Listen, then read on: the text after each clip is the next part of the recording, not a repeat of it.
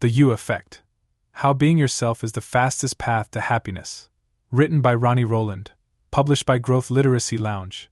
To be yourself in a world that is constantly trying to make you something else is the greatest accomplishment.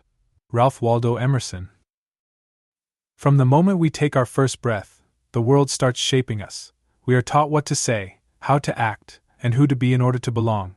We learn to seek approval, to follow the unspoken rules, to mold ourselves into versions that fit expectations. And somewhere along the way, without realizing it, we begin to lose touch with the most important thing, ourselves. But here's the truth: the very thing you spend your life chasing, happiness, success, fulfillment, is not something you need to find. It's something you already have when you stop resisting who you are. The fastest path to happiness isn't about becoming someone new, it's about fully embracing who you've been all along. Maybe you've spent years toning yourself down, second-guessing your instincts, or hesitating before speaking your truth. Maybe you've been waiting for permission to be bold, to be real, to take up space.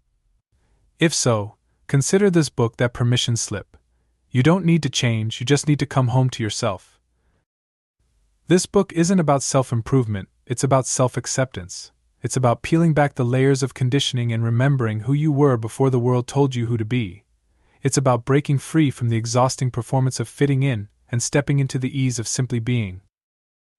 The You Effect is what happens when you fully own yourself, your quirks, your passions, your truth, and let the world adjust.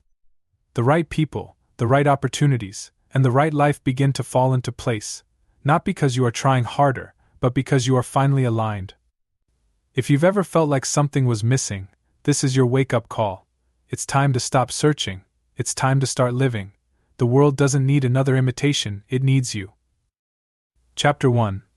The Great Disconnection: Why We Lose Ourselves. From the moment we take our first breath, the world starts shaping us. Before we even understand words, we are absorbing cues: what makes people smile, what earns us praise, what gets us in trouble. We learn to behave in ways that bring approval and avoid actions that lead to rejection. At first, it's innocent. We mimic the words our parents like to hear. We adopt behaviors that get us attention. But over time, something happens. We begin to associate love and acceptance with being a certain way, and little by little, we trade pieces of ourselves to fit in. Think back to your childhood. There was a time when you didn't overthink everything. You acted on instinct. If you loved a song, you sang loudly. If you wanted to run, you ran. If something made you laughed until your stomach hurt. You weren't performing, calculating, or second-guessing yourself. You just were. But somewhere along the way, the world taught you to be careful. Maybe you were told to be quieter, calmer, more polite, or more normal. Maybe you were teased for being too loud, too weird, too sensitive, too much. So you adjusted. We all do it.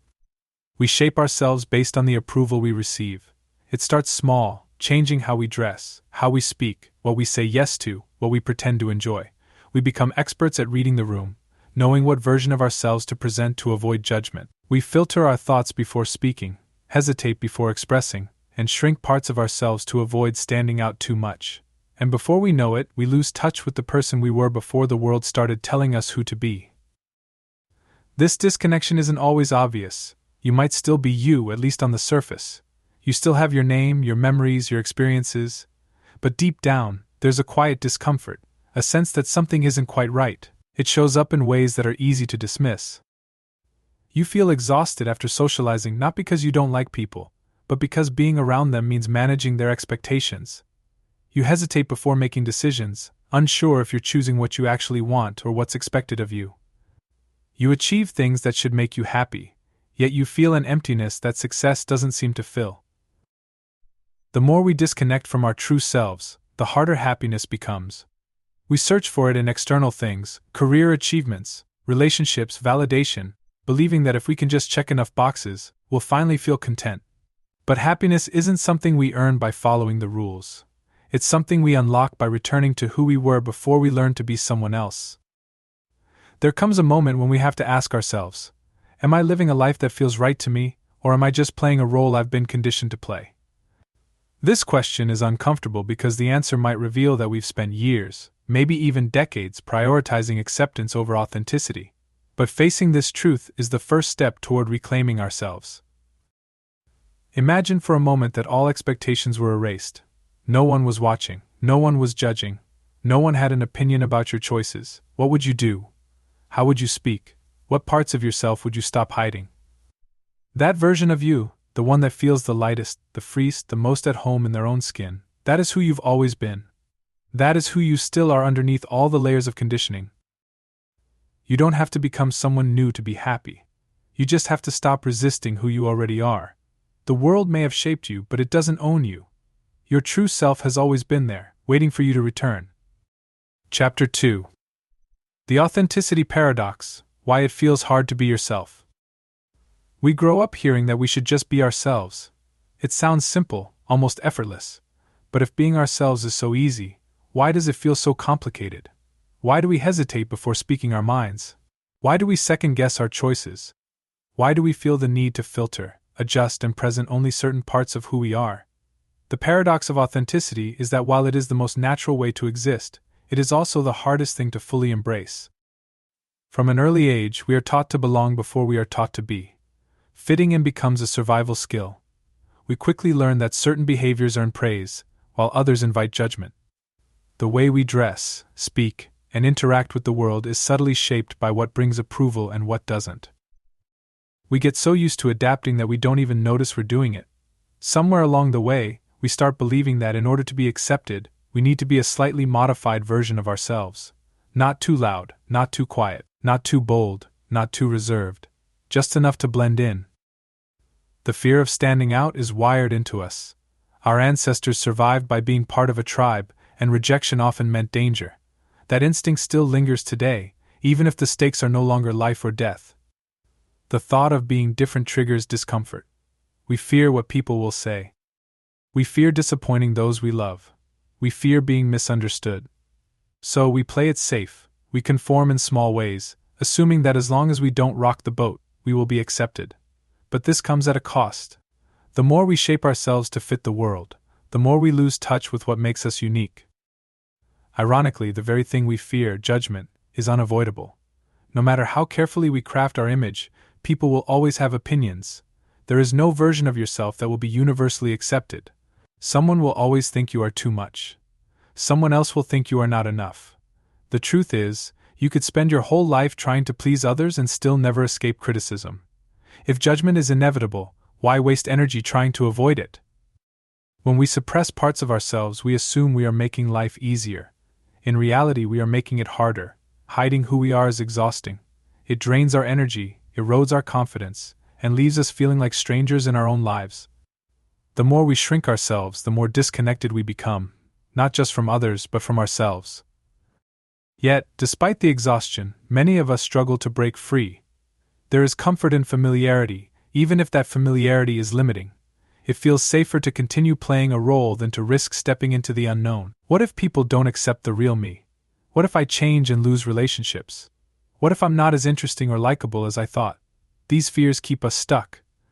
But here's the reality: the right people, the right opportunities, and the right experiences can only find you when you are truly yourself. Think about the moments when you felt the most free. The times when you laughed without holding back, spoke without editing your words, or acted without worrying how you would be perceived. Those moments are glimpses of who you are when fear isn't in control. That is your most natural state. That is where happiness lives. So why does authenticity feel so hard? Because we have been conditioned to believe that being accepted is more important than being real. But the cost of inauthenticity is far greater than the risk of being judged. The weight of pretending is far heavier than the freedom of being yourself. The paradox of authenticity is that it feels dangerous, but it is actually the safest way to live. When you stop seeking approval and start trusting yourself, life becomes lighter. You no longer have to perform. You no longer have to guess who you need to be. You simply get to be. And that is where true happiness begins. Chapter 3. The Cost of Pretending: How Inauthenticity Steals Your Happiness. Pretending to be someone you're not is one of the most exhausting things you can do. At first, it doesn't seem like a big deal. You laugh at jokes you don't find funny, agree with opinions you don't believe, and show up in ways that make others comfortable. It feels harmless, just little adjustments to make life smoother, but over time, these small compromises add up. They chip away at your sense of self, leaving you wondering why you feel so disconnected, so drained, so unsatisfied. The reality is that every moment spent pretending is a moment spent moving further away from your own happiness. We don't wake up one day and decide to live inauthentically. It happens gradually, often without us realizing it. Maybe you took a job because it looked good on paper, not because it felt right. Maybe you maintained a friendship out of obligation, even though it no longer brought you joy. Maybe you pursued goals that impressed others but left you feeling empty. These choices seem harmless in the moment, but they create an internal divide, a growing gap between the life you're living and the life you actually want. The wider that gap becomes, the harder it is to feel truly happy. At its core, happiness comes from alignment. It comes from living in a way that reflects who you really are, not who you think you're supposed to be. When your actions match your values, there is a natural sense of ease. You don't have to force happiness because it flows from within. But when you live out of alignment, everything feels harder. You may not be able to pinpoint why, but something always feels off. You feel restless in your achievements, unfulfilled in your relationships, and uncertain about your future. The things that should bring you joy don't. The things that excite others leave you feeling numb. No matter what you accomplish, it never feels like enough. This is the hidden cost of pretending. It robs you of clarity, making it difficult to know what you actually want. It creates anxiety, forcing you to constantly manage how others perceive you. It leads to burnout, because maintaining a false version of yourself takes effort. Most importantly, it prevents you from experiencing the kind of happiness that comes from being fully, unapologetically yourself. One of the biggest myths about happiness is that it comes from success. We are taught that if we follow the right path, check the right boxes, and do what's expected, we will eventually feel fulfilled. But real fulfillment doesn't come from meeting expectations, it comes from breaking free of them. You can have everything you thought you wanted and still feel lost. That's because happiness isn't about what you have or how others see you. It's about how connected you feel to yourself. The good news is that the moment you stop pretending, everything changes. When you stop trying to fit into spaces that don't feel right, you make room for the things that do. When you stop chasing approval, you attract people who love you for who you really are. When you stop following paths that weren't meant for you, the right opportunities start to appear. The more you align with your true self, the lighter life feels. Decisions become clearer, relationships feel more natural, and happiness stops feeling like something you have to chase. If you've been pretending for so long that you don't even know who you are anymore, start small. Pay attention to the moments when you feel most like yourself. Notice the people, places, and experiences that bring you energy rather than drain it. Listen to the quiet voice inside you that knows what feels right and what doesn't. The more you listen, the stronger that voice becomes. And eventually you'll realize that the life you've been searching for isn't something you have to create, it's something you uncover by finally allowing yourself to be who you've been all along. Chapter 4. The Permission Slip, Giving Yourself the Right to Be You. Most of us are waiting for permission. Permission to be bold, to be different, to say what we really think, to live in a way that feels right to us. We don't consciously realize it, but we hesitate because we're looking for some kind of external approval. Maybe it's from family, friends, society, or even the version of ourselves we think we should be. We tell ourselves that once we have that approval, we'll finally be able to live freely. But here's the truth, the permission you're waiting for is never coming. And the reason it's never coming is because you don't need it. No one can grant you the right to be yourself. No one else has the authority to decide whether or not you get to fully exist in your own life. But we've been conditioned to believe otherwise. From an early age, we are rewarded for compliance and discouraged from anything that disrupts the status quo. We learn to check in with others before making decisions. We hesitate before expressing our real thoughts. We shrink parts of ourselves that might make someone uncomfortable. Over time, this conditioning becomes automatic. We stop asking ourselves what we actually want, and instead focus on what will be most acceptable. The problem is that you cannot live a fulfilling life while waiting for the world to approve of who you are. No matter how hard you try, there will always be people who don't understand you. There will always be people who think you should do things differently. If you make your choices based on avoiding criticism, you will end up living a life that doesn't even belong to you. The only way to feel truly free is to stop looking outside of yourself for permission and start giving it to yourself. This shift is uncomfortable at first. The moment you begin honoring your real desires, doubts creep in. What if people don't approve? What if you lose relationships? What if you disappoint those who expect you to be a certain way? These fears are real, but they are not signs that you should stop. They are signs that you are stepping into a new level of authenticity. The discomfort of disappointing others is temporary. The regret of never living as your true self is permanent. One of the most freeing realizations in life is that you do not need a unanimous vote on who you are allowed to be. The people who truly love you will support you, even if they don't fully understand you. The people who reject you for being yourself were never meant to be part of your journey. The spaces that require you to shrink are not the spaces where you belong. When you stop seeking permission, you start attracting the right people, opportunities, and experiences, ones that align with the real you. Think about the people you admire. Chances are, they didn't ask for permission to be themselves.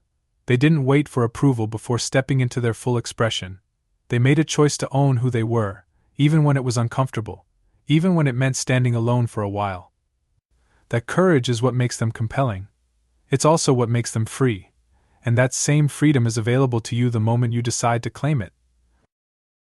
If you've been waiting for someone to tell you it's okay to be yourself, let this be it. You don't have to justify your desires. You don't have to explain your choices to anyone who refuses to understand. You don't have to apologize for existing in a way that feels right to you. The only permission slip you need has been in your hands all along. You just have to sign it. Chapter 5. Embracing your quirks, the magic of owning your differences. There is no one in the world exactly like you. No one has lived your life, felt your experiences, or seen the world through your eyes. Yet for most of our lives we are taught to smooth out our edges, blend in, and conform to what is considered normal. We learn to downplay the things that make us different because we assume that being accepted is more valuable than being unique. But the truth is, the very things you try to hide are often your greatest strengths. The quirks, the oddities, the traits that make you stand out, these are not flaws. They are your superpowers. Somewhere along the way, society convinced us that different is dangerous. As children, we naturally express ourselves without hesitation. We wear what we want, play how we want, and speak without fear of judgment. But as we grow older, we become more aware of how we are perceived. We learn to filter ourselves based on what will gain approval and what will invite criticism. The weird laugh, the unique hobby, the unusual interests, all of it gets tucked away in the name of fitting in. But in doing so, we lose touch with what makes us special. Think about the people who inspire you the most. The artists, the innovators, the leaders. They are rarely the ones who followed the rules. They are the ones who leaned into their differences and turned them into something powerful. The world is drawn to authenticity, not perfection. It is the bold, the unusual, and the unapologetic who leave the biggest impact. The very thing you are afraid to show might be the thing that makes you unforgettable. Owning your quirks doesn't mean forcing them on the world. It simply means refusing to hide them. It means recognizing that your uniqueness is not something to be ashamed of but something to celebrate. The way you think, the way you laugh, the way you see the world, these are not mistakes. They are gifts. When you embrace them, you allow others to do the same. When you hide them, you send a message that different is something to be fixed. Of course, embracing your quirks is easier said than done. Years of conditioning have taught us to seek validation rather than self-acceptance. The first time you step into your full self, it may feel uncomfortable. You might worry about judgment, you might fear rejection. But here's the truth, the right people will love you for who you are, not for who you pretend to be. The ones who don't, they were never your people to begin with. Imagine what life would be like if you stopped apologizing for the things that make you different. Imagine if, instead of toning yourself down, you leaned into what makes you unique. How much lighter would you feel? How much more joy would you experience? The most magnetic people are not the ones who try to fit in, they are the ones who embrace themselves fully, quirks and all. The moment you stop hiding, you create space for real connection. You give others permission to be themselves. You make it easier for the right people to find you. Pretending to be someone you're not might earn temporary approval, but it will never bring lasting happiness. True happiness comes from being known and loved for who you really are. So let go of the need to be polished, perfect, or palatable. Let go of the fear that your uniqueness is a liability. You were never meant to be like everyone else. You were meant to be you. And the sooner you embrace that, the sooner the world can see you for who you truly are. Chapter 6. Saying no without guilt. Setting boundaries to protect your happiness. Saying no is one of the most powerful things you can do for yourself, yet for many of us, it feels almost impossible. We worry about disappointing others, damaging relationships, or being seen as selfish. So we say yes when we want to say no. We agree to plans we don't enjoy, take on obligations that drain us, and prioritize other people's comfort over our own well-being. We convince ourselves that it's the kind thing to do. But in reality, every time we ignore our own needs to accommodate someone else's, we betray ourselves. We are taught from a young age that being agreeable is a virtue. We learn that saying yes makes us likable, and that saying no makes us difficult. We associate being helpful with being good and saying no with being unkind. But there is a difference between kindness and self-sacrifice. There is a difference between being generous and being a doormat. If saying yes comes at the cost of your own peace, it is not an act of kindness, it is self-abandonment. The fear of saying no often comes from a deeper fear of rejection. We worry that if we set boundaries, people will leave. We think that if we assert ourselves, we will push others away. But the truth is, the relationships that crumble when you start saying no were never built on respect in the first place. People who genuinely care about you will not disappear because you have limits. The ones who get angry or try to guilt you into changing your mind are the ones who benefited from your lack of boundaries. The first time you say no, it might feel uncomfortable. You might feel the urge to explain yourself, to soften the rejection, to make sure the other person isn't upset. But you don't owe anyone a long explanation. No is a complete sentence. You don't need an excuse. You don't need to justify why you are choosing yourself. The more you practice, the easier it becomes. Saying no is not just about turning down things you don't want to do. It's about making space for the things that actually matter to you. Every time you say yes to something that drains you, you are saying no to something that could fulfill you. You are giving away energy that could be spent on your own dreams, your own happiness, your own well-being. Learning to say no is an act of self-respect. It is a declaration that your time and energy are valuable. Of course, setting boundaries does not mean shutting people out or refusing to help when you genuinely want to. It simply means making sure that your generosity comes from a place of abundance rather than obligation. It means helping when you can, but not at the expense of yourself. It means recognizing that you are not responsible for managing other people's emotions at the cost of your own mental health. If saying no feels difficult, start small. Practice declining minor requests and notice how the world does not fall apart. Pay attention to how freeing it feels to prioritize your own needs without guilt. Over time, you will realize that setting boundaries does not make you unkind, it makes you honest. It allows you to show up in relationships fully, rather than resentfully. It creates space for deeper, more authentic connections, because people know that when you say yes, you truly mean it. The ability to say no is one of the greatest acts of self-care. It is a skill that protects your energy, preserves your happiness, and strengthens your sense of self. The people who belong in your life will respect your boundaries. The opportunities that are truly meant for you will not require you to sacrifice yourself. And the more you say no to what drains you, the more you say yes to the life you actually want. Chapter 7. The Alignment Test: Making Decisions That Feel Right for You. Every day we make choices. Some are small, like what to eat for breakfast. Others are life-changing, like which career to pursue, where to live, or who to spend our time with.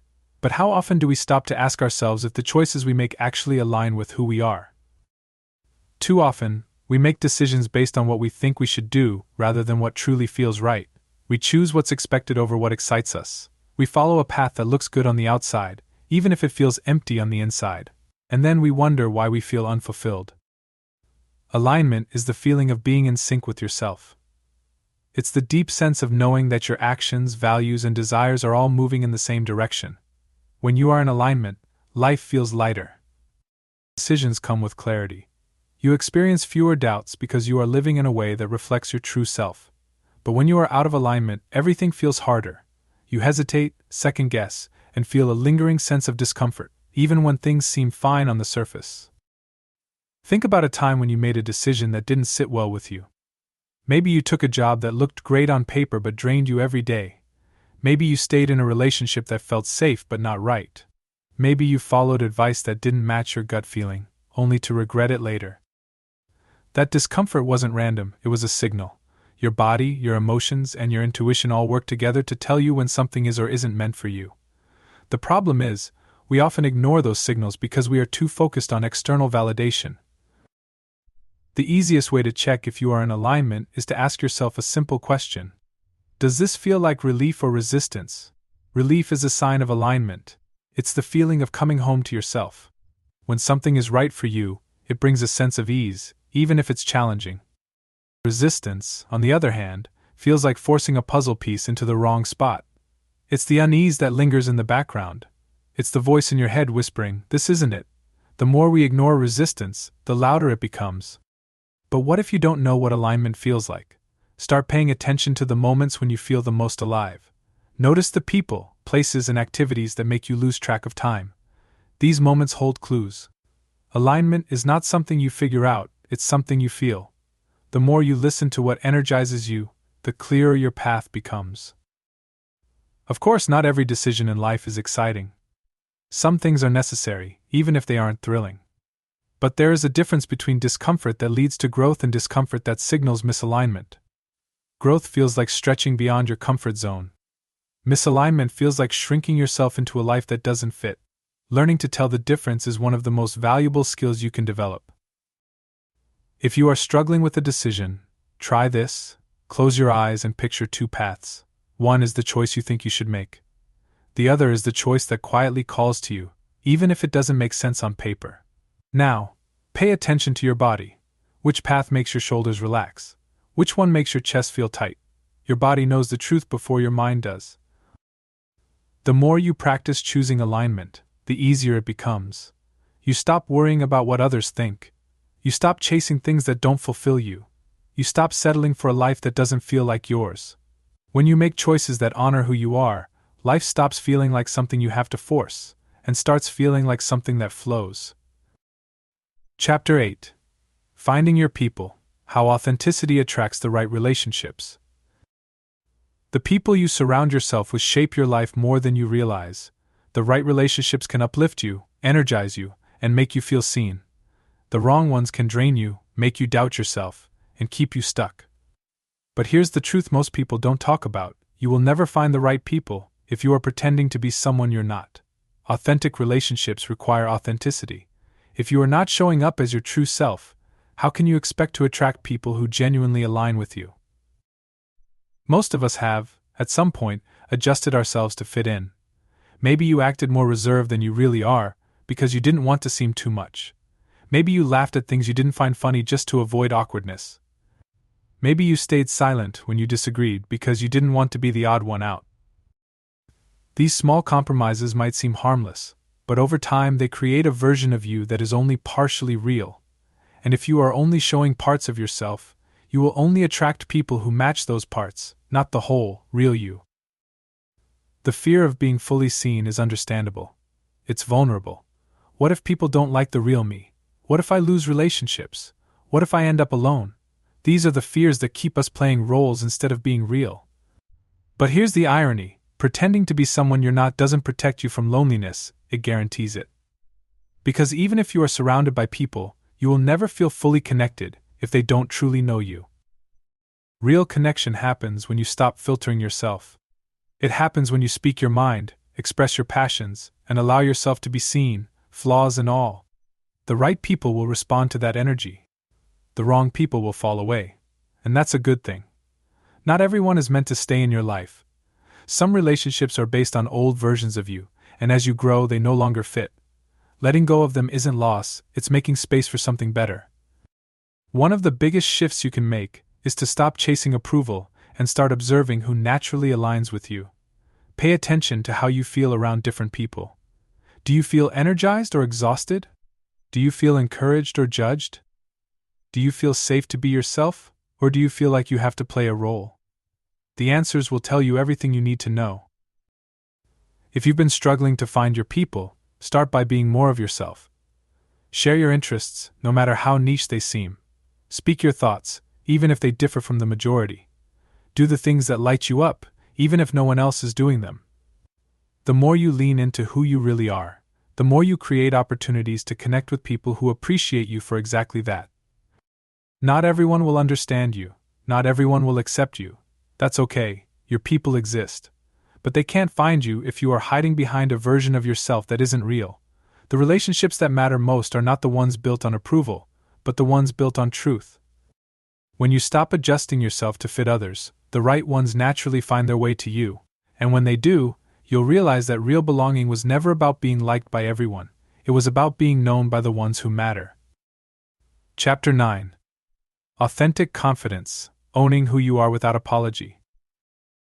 Confidence isn't about being the loudest person in the room. It's not about having all the answers, never doubting yourself, or pretending you're fearless. Real confidence comes from one thing: knowing who you are and standing in that truth, unapologetically. It's about trusting yourself, even when others don't understand you. It's about showing up as you are, without shrinking, pretending, or seeking approval. For most of us, confidence feels like something we have to earn. We think we'll be confident when we have more success, more validation, or more certainty. But confidence doesn't come from external things. It comes from self-acceptance. The most powerful people aren't the ones who have everything figured out. They are the ones who embrace themselves fully, flaws, quirks, insecurities, and all. They don't waste energy trying to be perfect. They know perfection is an illusion. Instead, they own who they are, and that is what makes them magnetic. One of the biggest obstacles to confidence is comparison. We look at others and assume they have something we don't. We see people who seem effortlessly secure, and we wonder what they have that makes them different. The truth is, they don't have anything special. They have simply chosen to trust themselves. They have decided that their worth is not up for debate, and that is a choice available to you too. Confidence is not about never feeling insecure. It's about not letting insecurity dictate how you live. It's about moving forward, even when doubt creeps in. The difference between confident people and those who struggle isn't that the confident ones never feel fear, it's that they don't let fear stop them. They act anyway. They speak up anyway. They show up anyway. If you wait until you feel completely ready, you will be waiting forever. Confidence grows through action. The more you step into who you are, the more natural it feels. The more you express yourself, the less you fear judgment. The more you trust your decisions, the less you need external validation. Every small act of self-trust builds momentum. But what if you don't feel confident yet? Start by paying attention to the moments when you already do. There are times when you feel strong, when you are fully in your element, when you forget to doubt yourself. Those moments are not random. They are clues. They show you what alignment feels like. Confidence is not something you lack, it's something you already have in certain areas of your life. The goal is to expand it. Stop waiting for permission to believe in yourself. No one is coming to hand you confidence, it is something you decide to claim. Stop looking for signs that you are good enough. You already are. Stop letting other people's opinions dictate how you see yourself. Their approval does not determine your value. Confidence is not arrogance. It's not about thinking you are better than others. It's about knowing you are enough as you are. It's about realizing that you don't have to prove anything to anyone. The people who don't see your worth are not your people. The spaces that don't celebrate you are not your spaces. The opportunities that require you to be someone else are not meant for you. True confidence is freedom. It's walking into a room without needing to impress anyone. It's making choices that feel right to you, even if others don't agree. It's understanding that your value does not change based on who does or doesn't recognize it. The moment you stop apologizing for who you are, you become unstoppable. Chapter 10. Letting go of the mask, the freedom of no longer performing. For most of our lives, we are taught to wear masks. We learn to present the version of ourselves that is the most acceptable, the least controversial, the safest. We become experts at adjusting our personalities depending on the situation. We say what we think people want to hear, act in ways that make others comfortable, and avoid anything that might invite judgment. But over time, this performance becomes exhausting. The more we play a role, the further we drift from who we really are. At first, the mask feels protective. It helps us navigate social situations, avoid conflict, and fit into different environments. But eventually it starts to feel heavy. Pretending to be someone you're not requires effort. It forces you to think before you speak, calculate before you act, and constantly monitor how you are being perceived. Instead of living freely, you spend your time managing other people's expectations. And in doing so, you lose sight of what actually makes you happy. The irony is that no matter how well you perform, you will never please everyone. There will always be people who misunderstand you, who disapprove, who wish you were different. And if you live your life trying to meet their expectations, you will never feel at peace. True peace comes from knowing that you are showing up as yourself, without apology or pretense. The moment you stop performing is the moment you set yourself free. But letting go of the mask is not easy. It requires unlearning years of conditioning. It means giving yourself permission to be seen, even when it feels uncomfortable. It means accepting that not everyone will understand you, and that's okay. The fear of being judged may never fully go away, but it loses its power when you stop letting it control you. Think about the people you are most drawn to. Chances are, they are the ones who are unapologetically themselves. They don't waste energy trying to fit into a mold. They embrace their quirks, their flaws, their uniqueness. And because they are real, they create space for others to be real too. That is the energy you want in your own life. That is the kind of freedom that comes from letting go of the need to perform. If you have been wearing a mask for so long that you don't even know what's underneath, start small. Pay attention to the moments when you feel the most like yourself. Notice the activities that bring you joy, the conversations that feel effortless, the people who make you feel at ease. These are clues. They show you who you are beneath the layers of expectation. The more you lean into those moments, the more natural it becomes to live without pretense. You don't have to change who you are to be accepted. You don't have to shape yourself into something more polished, more likable, or more digestible. The right people will appreciate you for who you are, not for the version of you that tries to please everyone. The wrong ones will fall away, and that is a blessing. The truth is, the world does not need another imitation. It needs realness. It needs people who are willing to show up as themselves, fully and fearlessly. The moment you stop hiding, you create space for deeper connections, greater joy, and a sense of ease that can only come from being at home within yourself. The weight of pretending is heavy, but the freedom of authenticity is light. And once you taste that freedom, you will never want to go back. Chapter 11. The Joy of Just Being, How Happiness Naturally Follows Authenticity. Happiness is not something you chase. It's something that happens when you stop chasing. It's what remains when you remove the pressure to be someone else, when you stop trying to fit into expectations that were never yours to begin with. The happiest moments in life are rarely the ones we plan for or force. They are the moments when we are fully present, fully ourselves, fully alive. Think about the last time you felt completely at ease. Maybe it was when you were laughing uncontrollably with close friends, lost in a hobby you love, or dancing alone in your kitchen, without a single thought about how you looked. In those moments, you weren't trying to impress anyone.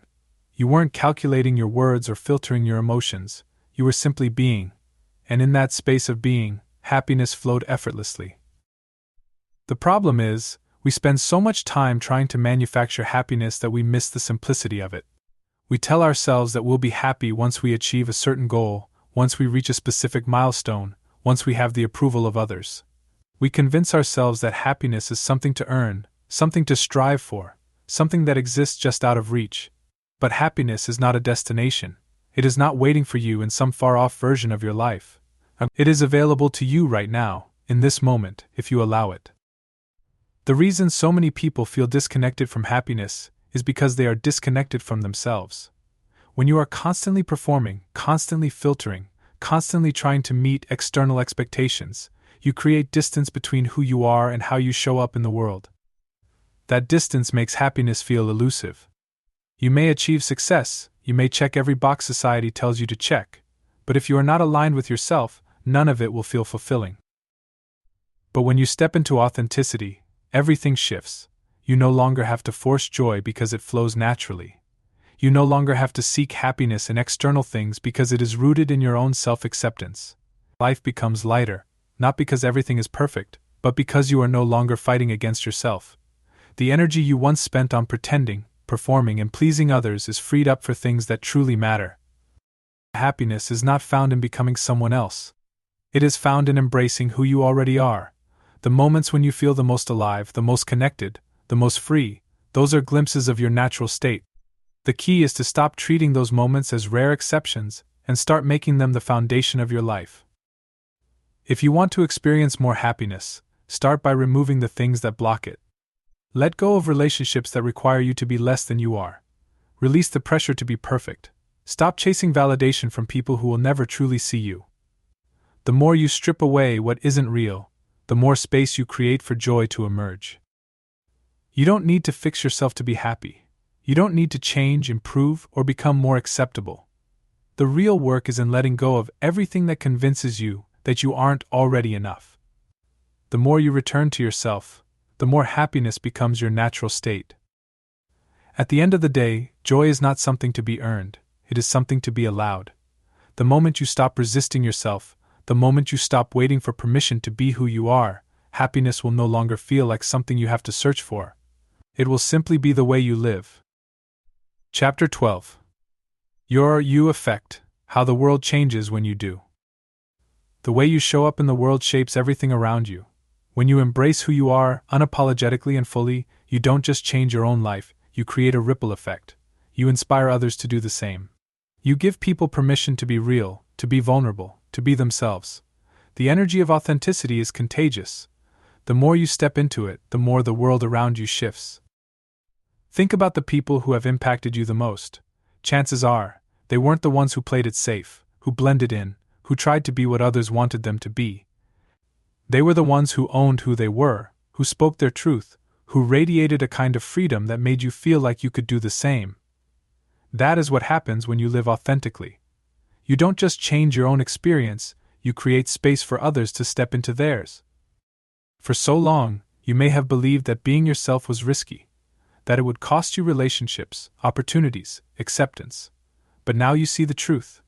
The real risk was in not being yourself. The cost of pretending, of shrinking, of filtering your existence was far greater than the fear of being judged. Every time you denied who you were, you denied yourself a life that actually felt right. But now you know better. And when you know better, you do better. You no longer have to waste energy trying to be something you're not. You no longer have to chase approval or shapeshift to fit other people's expectations. You get to walk into any room knowing that you belong, not because you fit in, but because you've decided you are enough exactly as you are. That is a kind of power no one can take away from you. That is the You Effect. As you move forward, remember this: happiness, success, fulfillment, none of it comes from being what the world tells you to be. It comes from stripping away the noise and getting back to the essence of who you were before the world got its hands on you. The more you align with that truth, the more life aligns with you. The right opportunities, the right relationships, the right experiences, they all show up when you stop pretending and start living. This is not just a one-time realization, it's a daily choice, a daily practice of choosing yourself over expectations, of choosing alignment over approval, of choosing authenticity over performance. Some days will be easy. Some days will be hard. There will be moments when the old fears creep back in, when you wonder if it would be easier to slip back into the comfort of who you used to be. But now you have the awareness to see that for what it is: fear, not truth. The world does not need more imitations. It does not need another person who has silenced their real self in an attempt to be accepted. What the world needs is people who are willing to stand fully in who they are. People who understand that their uniqueness is not a flaw but a gift. People who are willing to take up space, to speak up, to be real. People like you. So here's your final challenge. Go live this. Go step into the version of yourself that has been waiting beneath the surface. Go create a life that feels so right, so aligned, so real, that you can't help but radiate the You Effect everywhere you go.